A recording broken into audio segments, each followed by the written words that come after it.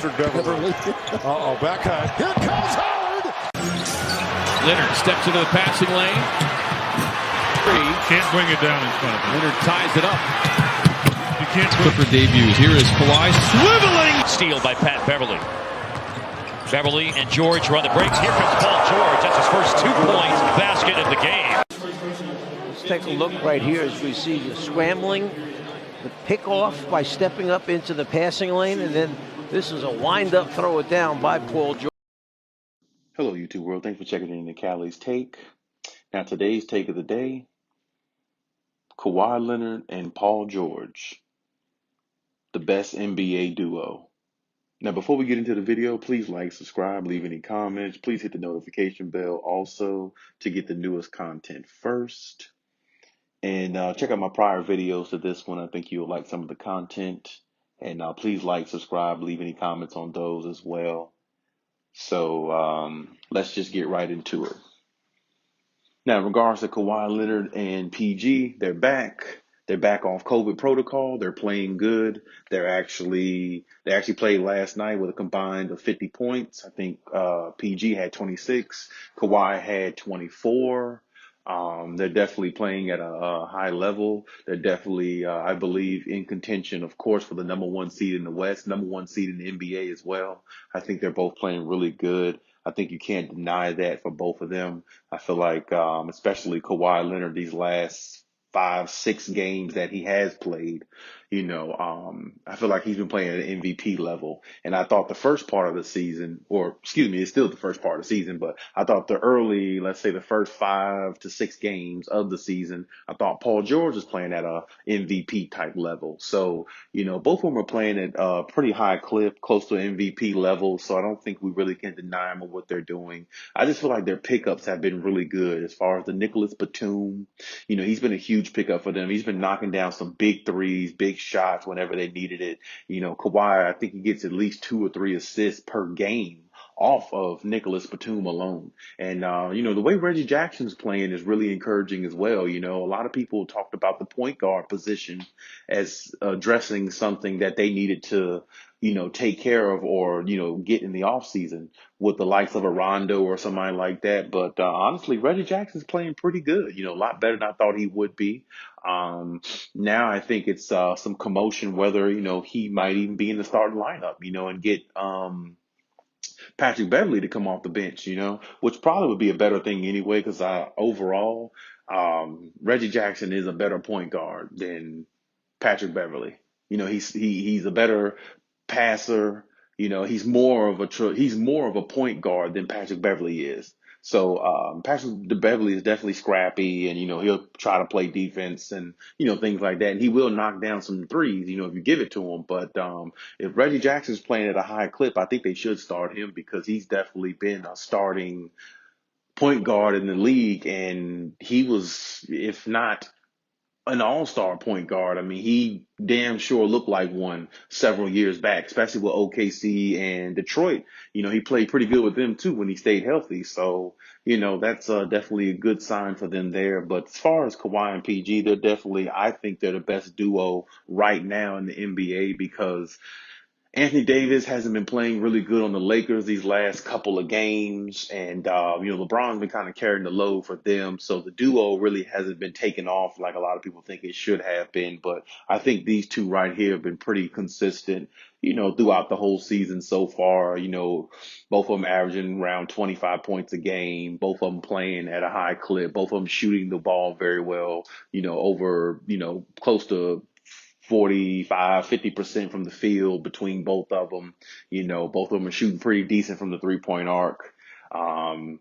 Steals, defensive wise, of course, I would go with Kawhi Leonard because he definitely plays better defense than Paul George. So, I don't think it's no issue there. But yeah, I mean, I've been really impressed by the team, and I'm glad to see these two back because, I think they went 1-1 without them, which was pretty impressive all on its own because I thought they would go 0-2 without, Paul George and Kawhi being there. But, Kawhi and PG, they definitely, make up a lot of their offense. But they still managed a way to win one of those 2 games. And they came back last night against the Orlando Magic.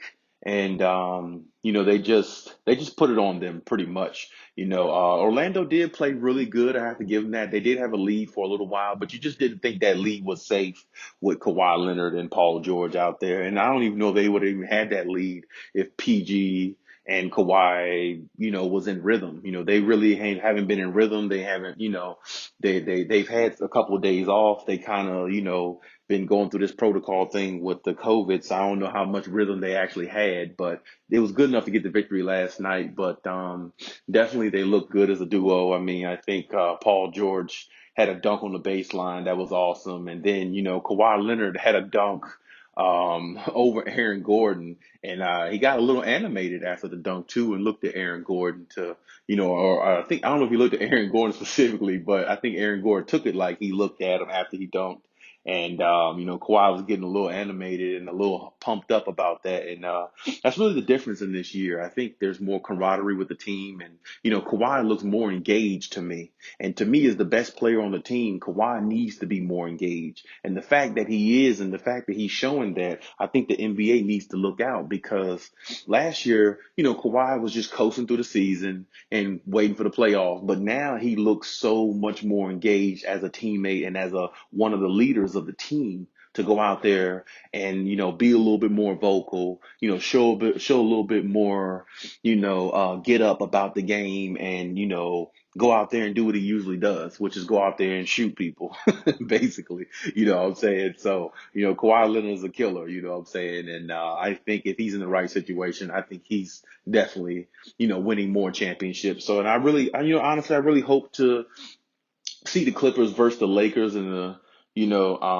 Western Conference Finals. That would be great, to see who goes to the finals and see who's really actually the king of LA. I definitely can't wait for that. And like I said, both of them, both Kawhi and PG, are playing really good right now. And I personally think that the Clippers might take that number one spot and run with it here soon, because if the Lakers keep flailing the way they are, and Utah is playing good right now, but I don't know how long Utah can sustain this. Donovan Mitchell's really good, but I also said in my previous videos, I think Rudy Gobert is overrated. And that's just my opinion, because Rudy Gobert, like I said, to be a big man, he should be averaging more points and maybe a couple more rebounds. You know what I'm saying? To me, he's a good big man, which you need as far as playing defense. But to me, he's not a dominant big man. And see, a good big man is one thing, but being dominant is another thing. Like dominant, I think of Shaquille O'Neal. Dominant back in the day, I think Tim Duncan. You see, those are dominant big men. They don't just come in there and give you 14 rebounds and 12, 13 points with 2 blocks. A good night for Shaq back in the day would be 26 and 15, or 30 and 15, or a good night for Tim Duncan back in the day, is, 25 and 13. With 3 blocks or something like that. So, to me, Rudy Gobert is just not dominant enough for me to really take them serious as like a title contender. But they are playing good, and I don't want to discredit what they're doing. They are having a magical season so far. But really, like I said, it's all about the duo, the best duo in the NBA, which is Kawhi and PG, and I think with them too, if they can get some consistent point guard play out of Reggie Jackson and Patrick Beverly, I think the sky's the limit for them, because the Nicholas Batum pickup was big, like I said, and just the Serge Ibaka pickup was, that goes on without question. That was a big one too. But they've just been really good overall as a team, and I think they're a different team than what they were last year, and I think they're showing it a lot. And I'm really glad to see that they are playing at this type of level, because we know what they're capable of. They just have to go out there and do it. And so far, Kawhi and PG have been, the forefront, of the NBA as far as, how they're going to come out, what they're going to be like after what happened last year. And they've been answering the call. They've been doing really good, and I'm proud of both of them. And I hope they both keep playing really well and stay healthy and safe, just as the rest of the team, just as the rest of the NBA. And actually the rest of the world also. Hope everybody stays safe, including myself. So yeah, that's I'm really intrigued. I'm really intrigued to see them going forward. I hope they, like I said, stay healthy so I can see them play against teams like the Nets, the Lakers, because we definitely can't wait for those matchups. The Sixers and teams like that. We definitely can't wait for those matchups to happen because I think PG and Kawhi Leonard are the best duo in the NBA currently as we stand. And I think they might be that way going forward in the NBA because I just don't think you could really guard both of them. I mean, Kawhi Leonard, it gets you in isolation. That's exactly where he wants you to be because everybody knows he's got that turnaround fadeaway, Jordan-esque, Kobe-esque type fadeaway that he can just get what he wants from a defense, whether defense is trying to give it to him or not. And then Paul George is just on the wing doing his thing, knocking down big shots and, assisting the ball really well too. Kawhi has been assisting the ball pretty good as well. So, just the ball movement, the camaraderie, it looks like a well-oiled machine with them. So I expect them to just, elevate even more as the season goes along. Even though there might be some bumps in the road, but I mean, hey, it's a 72 game season.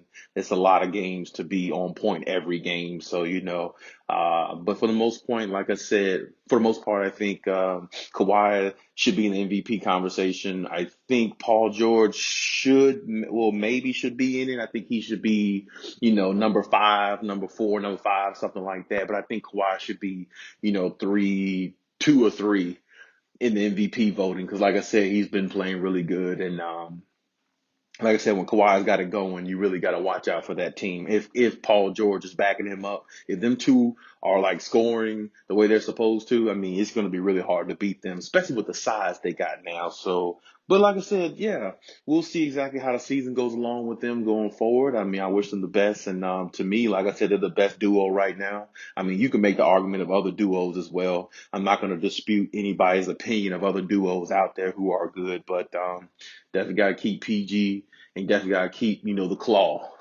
Yeah, definitely got to keep that guy and those guys in mind. So, but like I said, we'll see how the season goes with them going forward.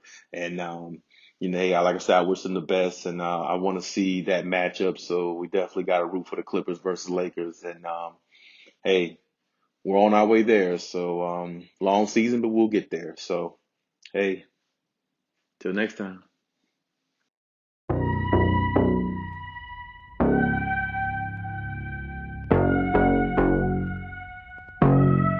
Reese, you got that